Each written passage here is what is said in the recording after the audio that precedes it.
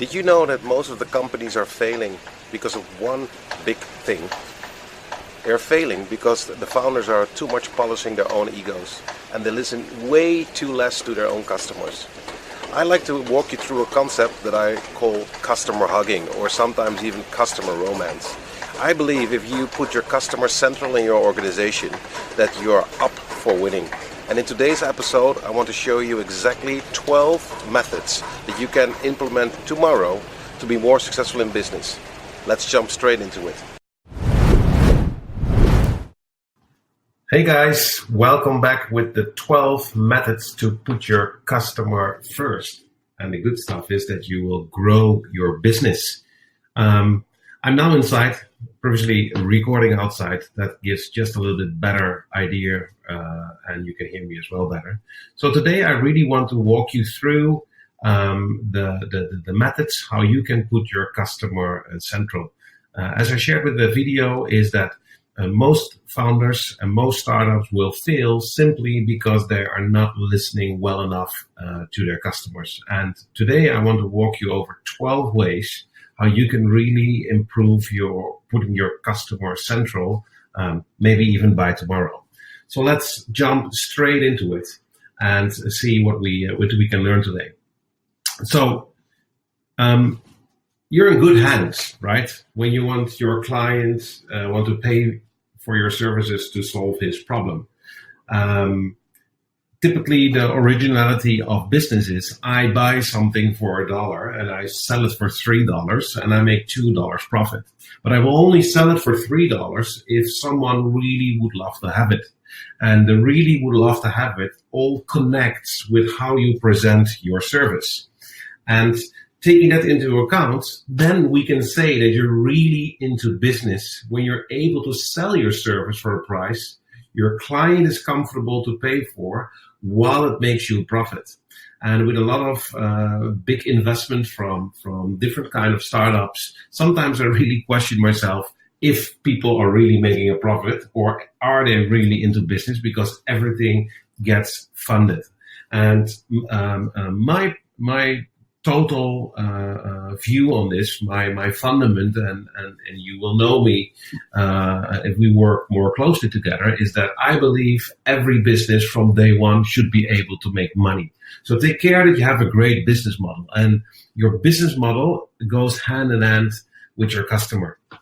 So let's jump into the next slide, right? It's like the reason why many startups fail is due to the imbalance between your company's and your client's understanding. Now, what do I mean with that? On the left side, you see you have your business. On the right side, you see you have your buyer, or otherwise your clients. And your client really wants to buy from you and you have amazing services. But if there is no understanding, if you're trying to sell and to scream loud in the marketplace, which can be offline, online, but of course within the Startup Chef we are focusing on online, then it's very important that you translate and communicate in the right wording so your client feels connected to your services. And being connected to your services and seeing that you have the ability to solve their problems, will really grow your client relationship. The slide that you're looking to right now, in my opinion, shows around what 80% of the companies are doing. There is no real balance between both two. So what is then the ideal spot, right? The ideal spot is that you are connecting with your client on a deeper level, putting them central in your organization, start really to understand what is their struggle, what is their issue, and then you're building your product, your services out to the next level. Your customer should really be your center focus. So I know that sounds very obvious, but trust me when I say that too many companies are just focusing on, I am good in this, and I think that it should be like that, and that's what they are going to do. I mean, guys, we are in the game of creating customer hero stories, right? We are in the game in making people happy. Like Ashton Kutcher also says, of course, one of the large investors and celebrities. I mean, if your product has something to do with human or love or whatsoever, the dollar will follow it. So the better your connection with your client, the better your business will grow. The truth is, though, is that, I'm a victim of it myself. Is the problem is, though, that we are mostly interested in our own ego. So let's say when I just started my company, right, I have this big vision how my product should work and what I think was very cool, and that I thought like these are functionalities that everybody would love to have, right?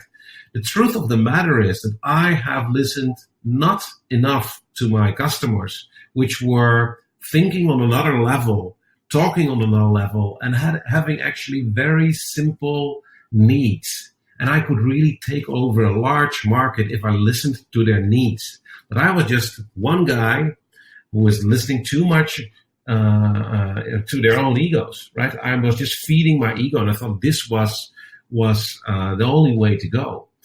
And that paid the price that I missed out. And the reason why, I also would like to share this with you is that I don't want you to make the same mistakes.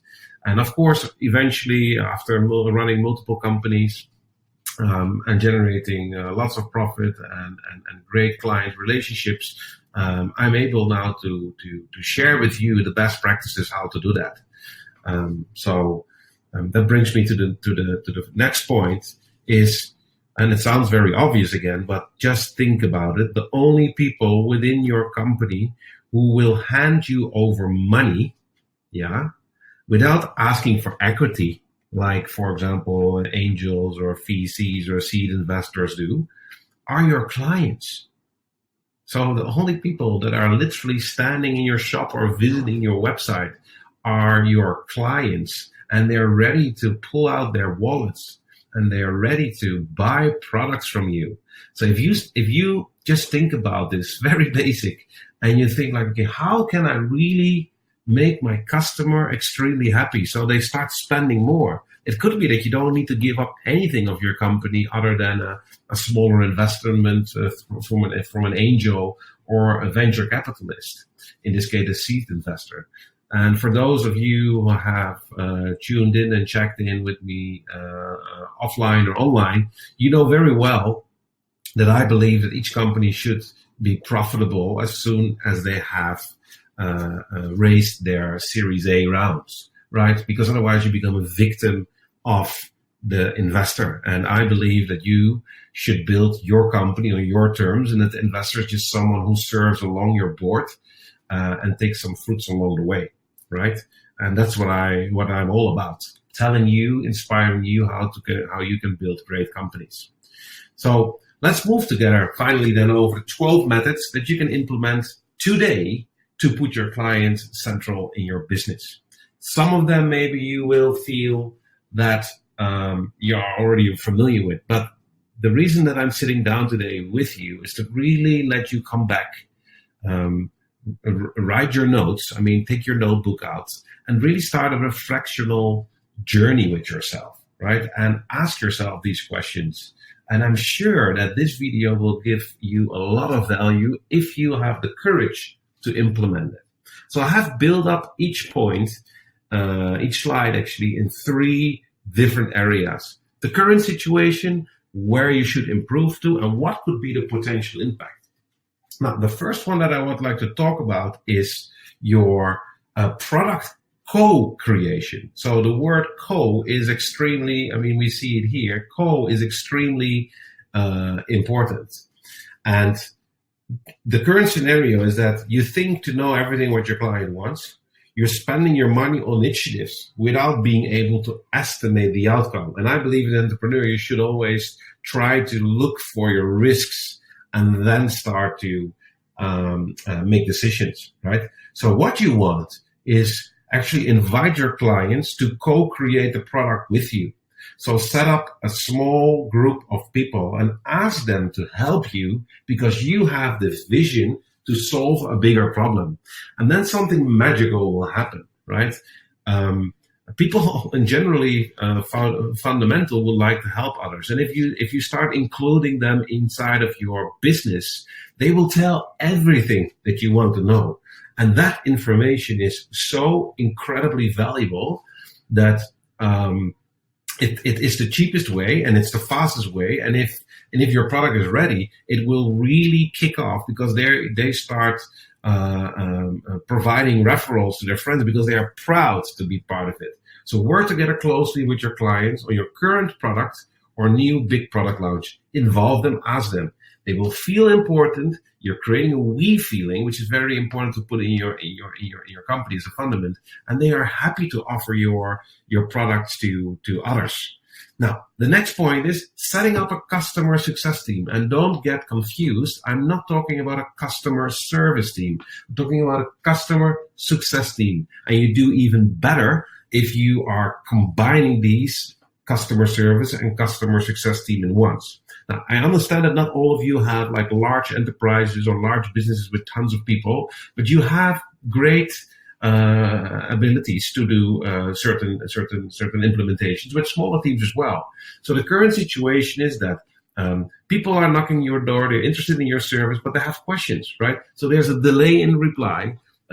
Nobody's really able to help them because they're a customer service employee and they've become actually very reactive rather than proactive. And I think that's the difference between a customer success team is someone who proactively reach out and a customer service team is someone who is reactively. Now, why the hell should we actually focus on a reactive team, right? We want to take the lead in our business and therefore take charge and be proactive. So set up a customer-facing success team, and that team has only one goal, is to create hero stories. That's how I like to call it.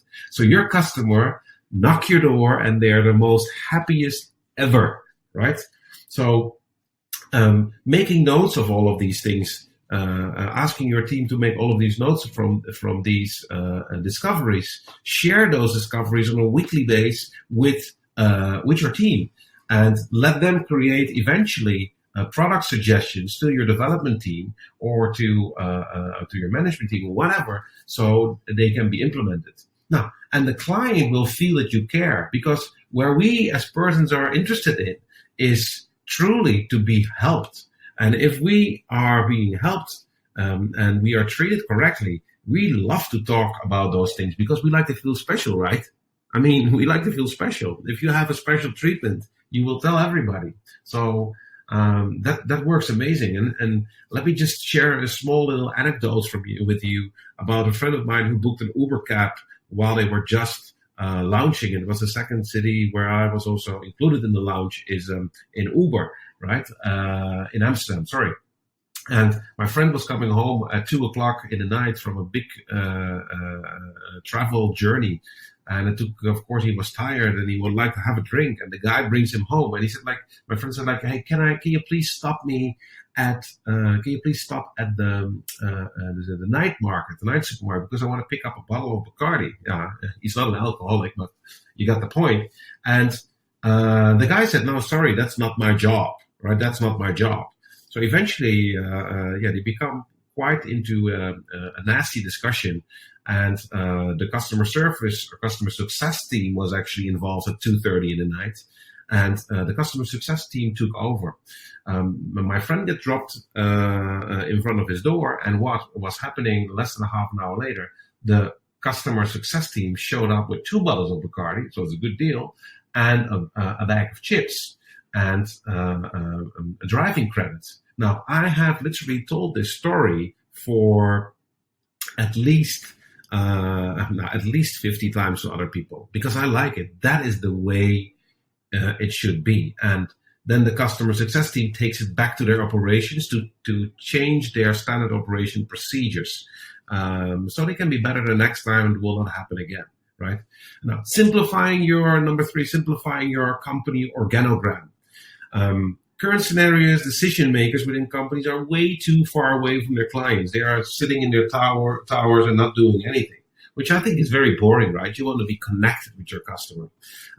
Customer service teams are not able to make any decisions. So if customers are reaching out, I mean, yeah, sorry, I need to ask this. Sorry, I cannot help you right now. I need to ask my supervisor. Yeah, that's just a missed opportunity, right? So try to evaluate your company organogram and take care that all teams that are involved with the impact of clients are visible for the client and have the authority to make decisions and when needed, bend the rules. So your customer team really needs to be able to say, okay, I understand your problem. This is really shit. Tell me how it happened. Tell me how I can help you improve. And then come up with a solution straight away. And nowadays we have beautiful tools to interact with customers in a variety of ways, right? We Facebook Messenger, email, chatbots, and sporadically maybe some phones. And the chatbot will tell you exactly through a heat map what the most questions are. And there are many free chatbots available. You can check ManyChat or whatsoever. Then just check the impact, right? So if you simplify your organogram, you're always available. You have less irritation from the customers for waiting. And everyone knows your customer in the organization from inside and outside, right? So eventually we feel all way more involved. Now, evaluate your business operation. That's the next one. Some organizations, especially the conventional ones, are extremely huge, right? And they're built on structures that are full of overhead, while through all of the software technologies, we can simplify and can really put the customer more central than ever. And just like me, who's traveling a lot around the world, you can run your business from everywhere, right? So the business in that sense is too much focused on the internal matters. It's too large, right? So if you ask yourself, okay, how complicated is our current business operations? Then is our business operation really supporting the customer, right? So just like we said, okay, put everyone who is in front of the customer in connection with the customer, put them in front. And give yourself a number. I always like to give numbers to things from 0 to 10 because then you can measure next time how much progress did you make, right? And ask yourself then, of course, like, okay, how can we simplify the process? Very simple. Put everyone in your organization, customer facing, central. And I think we also move over this in the follow-up of this presentation. It will, in my opinion, it should be an obligation that each of your team members is visiting their clients on a regular basis, from the CEO all down. I still remember when I had a logistic company employing around 1,500 people, and there were times when I just jumping on a motorbike and deliver a package because I wanted to know how this would work.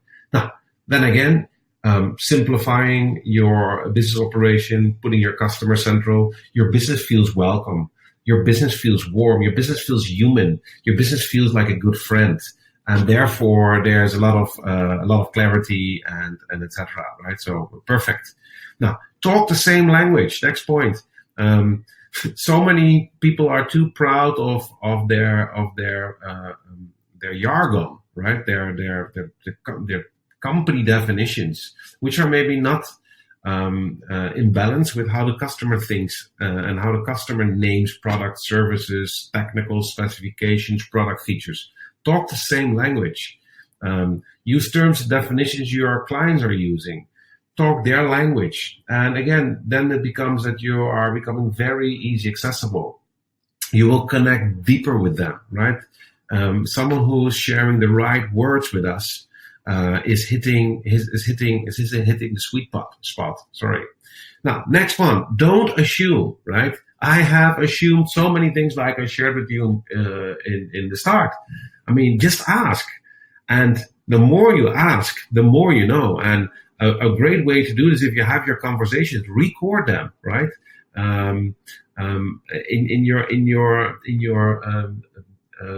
interview with your customers, just really dig deep, because too many times, including our relationship with our significant others or partners, right? We assume that someone feels like that, but we have not confirmed it. So take care that you confirm it, and by doing so, the real struggle comes up. Or you get amazing advice. And it means that you don't need to spend money on the wrong things, that your development team doesn't need to create a feature that will never be used. So it really brings your company in that sense to the next level, right? So you feel your client feels that this product or service is really something that they have been waiting for. Now, the next one, learn from client churn, right? I mean, sometimes we can be completely angry as fuck to have see customers leaving in that sense, but let's be honest, the customer is leaving not because he has no reason to, right? So you really would like to spend time, especially in the early stage of your business, to understand why a customer is leaving. So hold exit surveys, right? Very simple. You can automate it very easily. Let your team or yourself call customers, and rather than make it a standard operation procedure, try to be sincere in your words. Ask questions like, what improvements on our side would make you stay? Why did you come to this decision? And maybe in exchange, you can say like, okay, I would like to work in solving the problem for you. And you know what? You can use my service for free for X amount of period, and or you give a dinner or whatsoever. I don't know what. But then you go back to co-creation again, because then you will ask like, hey, do you mind if while I'm building out this service or while I'm making you very happy, that I will reach out to you. Now the potential is that to keep you customers. You have the insights where your company is leaking, and of course you want to do something with that information, so you want to optimize your processes. And the good thing as well is like if they still choose to not stay with you, you can let them go with a good faith and avoid negativity. And I think one of the big examples that I would like to give to you, I was encountering and engaging with a company which eventually I thought their software was a bit too expensive, and I thought like, okay, wow, if I'm jumping out after this 30-day trial period, they will be very nasty to me. But the contrast was true. This company, which is called Webinar Jam, was actually saying, hey, we are sorry to see you go, but here you have a free ebook of 200 pages that if you want to do any kind of webinars in the future, you can still use it in your advantage. So I was thinking like, okay, I spend my money and I take my money back and I get a present. And that eventually has caused me to go back to them, right? So I'm still a client from them. So it's interesting. Well, next one, always the truth, right? The current scenario is that you don't do client surveys, or sometimes even because you don't know how to answer things, that you're lying to your customer. Well, people have a nose for that, so you want to avoid. Try to set up anonymous feedback loops, right? If I tell you in your face, like, okay, dear sir, can you give us a testimonial, bad or review or whatsoever? Do you really think if people see their names and their face that they're going to tell you what they really feel? So make part of your feedback loops anonymous and stimulate people to be real. And if it's anonymous, there's no reason for them to not be real, but it gives an opportunity for you to understand what is really going on. And that input you can use again to make your organization more customer centric. So truly some proven methods here in the presentation, I guess. Create your customer avatar. Well, again, this comes all down. We have an idea, we see a customer, we start building all kinds of things. But if you're in a larger market, you want to create different kind of personas. You know, Betty, the 34-year-old housewife who lives in Texas, who loves to play poker, who has 3 kids and a Jeep Grand Cherokee, and have an interest, you know, all kinds of. So you can, if you engage with her, of course, this is more like in a visual way, then you can put certain product features under that certain person. So you start to understand that you have multiple personas, because the other guy that you're serving maybe is Richard, and Richard comes from Lisbon, right? If you're an international serving audience. And maybe he has other ways and other struggles which still are aligned with your product, but requires a different kind of approach. So it all comes down to people are connected with your company if you talk the same language. And in order to talk the same language, you want to present your features to them in a way that it also resonates. So the impact again is able to focus your communication with laser targets. It will resonate with them, and resonation will of course lead to more sales. Now, this is something I think is super powerful. Find the true client why. Many times, right, we are asking questions. So let's give a real life example. If you ask your friend, "Hey man, how are you doing?" "Yeah, I'm okay." Okay, and you just move further. But there's a technique, we call it the 5 times why technique. If you would ask your friend in this case, "Hey, but why are you not feeling good?" And he gives you back an answer. And then you use the same answer that he provides to you and you make it a why question again. And you do that for 5 times. Then you're suddenly feeling that he has sincere problems because his dog is sick. I don't know. I'm just thinking about a dog right now.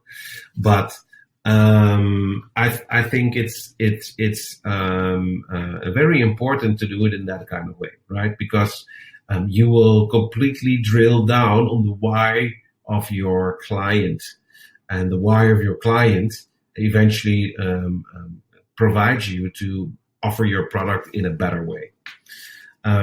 So the impact is that you start to understand on an emotional level, because that happens after 5 times why. And if you connect with them on an emotional level, they are more likely to buy, right? And then, of course, you can creating product or services for them, knowing their why, and you connect deep with them. And connecting deep with them will move them eventually to your product. And then you have your marketing activities will, of course, resonate deeply, right? So this is maybe very obvious, but listen more than you talk. We are all of your salespeople, coming into this sales presentation and just talking too much. Sorry that I'm talking a lot, but we don't have interaction right now. But the one who listens will really understand. And it's the same like in a meeting, right? If you have a board meeting, you want to be the one that talks, asks questions as last, for the simple reason, because then you can hear all of the opinions. The one who really listens starts to understand and is the wisest of the group. So be silent. Let your client talk freely. Don't fill in the dots. Ask more, talk less. Record the calls, conversations, and learn. And when we listen more, we hear truly what the problems are. Relationships can really be saved, and clients feel respected. So guys, this was just a quick walkthrough to ways how I believe that you can put your customer more central. So a small summary is product co-creation, setting up your customer success team, simplifying your company organogram, evaluate your business operations, talk the same languages, don't assume and ask, learn from client churn, always talk the truth, create your customer personas or avatar, find your client's true why, and listen more than you talk. And I think I talked about 12, but eventually it's 11. Now, I'm sorry for that, but I think you have a lot of inspiration here that you can take on. Now, there's 2 ways how you can move forward with this, right? You cannot do anything about it and see this small little webinar purely as something that, nice to have, where you started a reflectional journey, and maybe you should talk with your team about it, right? And see what you really can change. Involve your team. Now, when you do that, then the outcomes of these actions will put you ahead of the curve. You're spot on in your communication. You're spot on with your product features. You're spot on with your solutions. You're spot on with the way you communicate with your customer.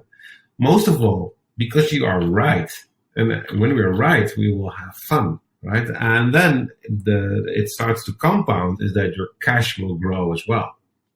Now, one thing is very important, and this is something that's actually way more important than that we are talking about. I mean, you cannot build a business by yourself, right? So you need to have your team who is really connecting with you in order to support your vision with the company. And though people sometimes are on the payroll, right, they come every day to work, but if you can make their work way more nicer by doing activities that resonate with the desires that your customer have, and they feel that they're really solving a big problem, then you can really imagine that your team, your people who you're working with, they feel important, and eventually we all would love to be a winner. We would like to be part of a winning team. Now, the company that makes customer happy will definitely win the souls. So, how do we start this reflectional journey?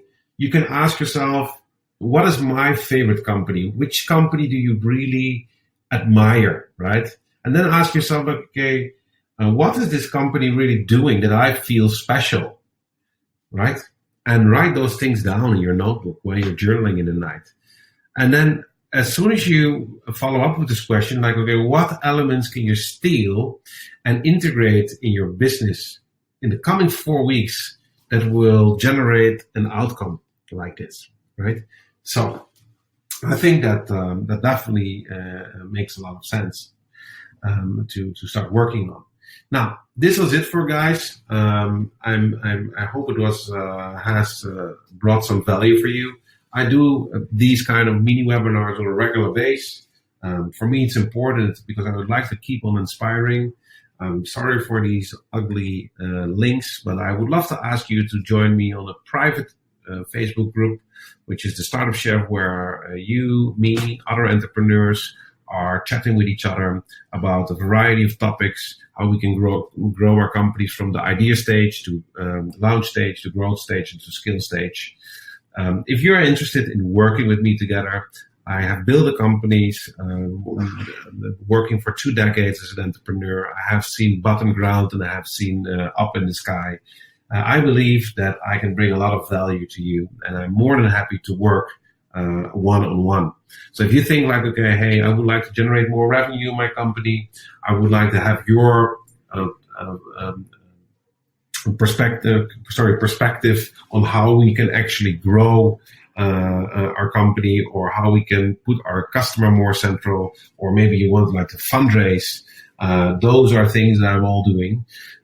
By the way, shortly I will as well launch a very interesting course, which is called Startup Dream Capital. It's a 6-week course where I will walk you through the exact steps, how you can raise money from angels and seed investors the easy way. So I would like to invite you as well to check that out. Give this video here, in this case, a comment. I would really like to see how have you experienced this. Was this valuable for you? And are there some questions? And I will promise you that I will definitely come back on that.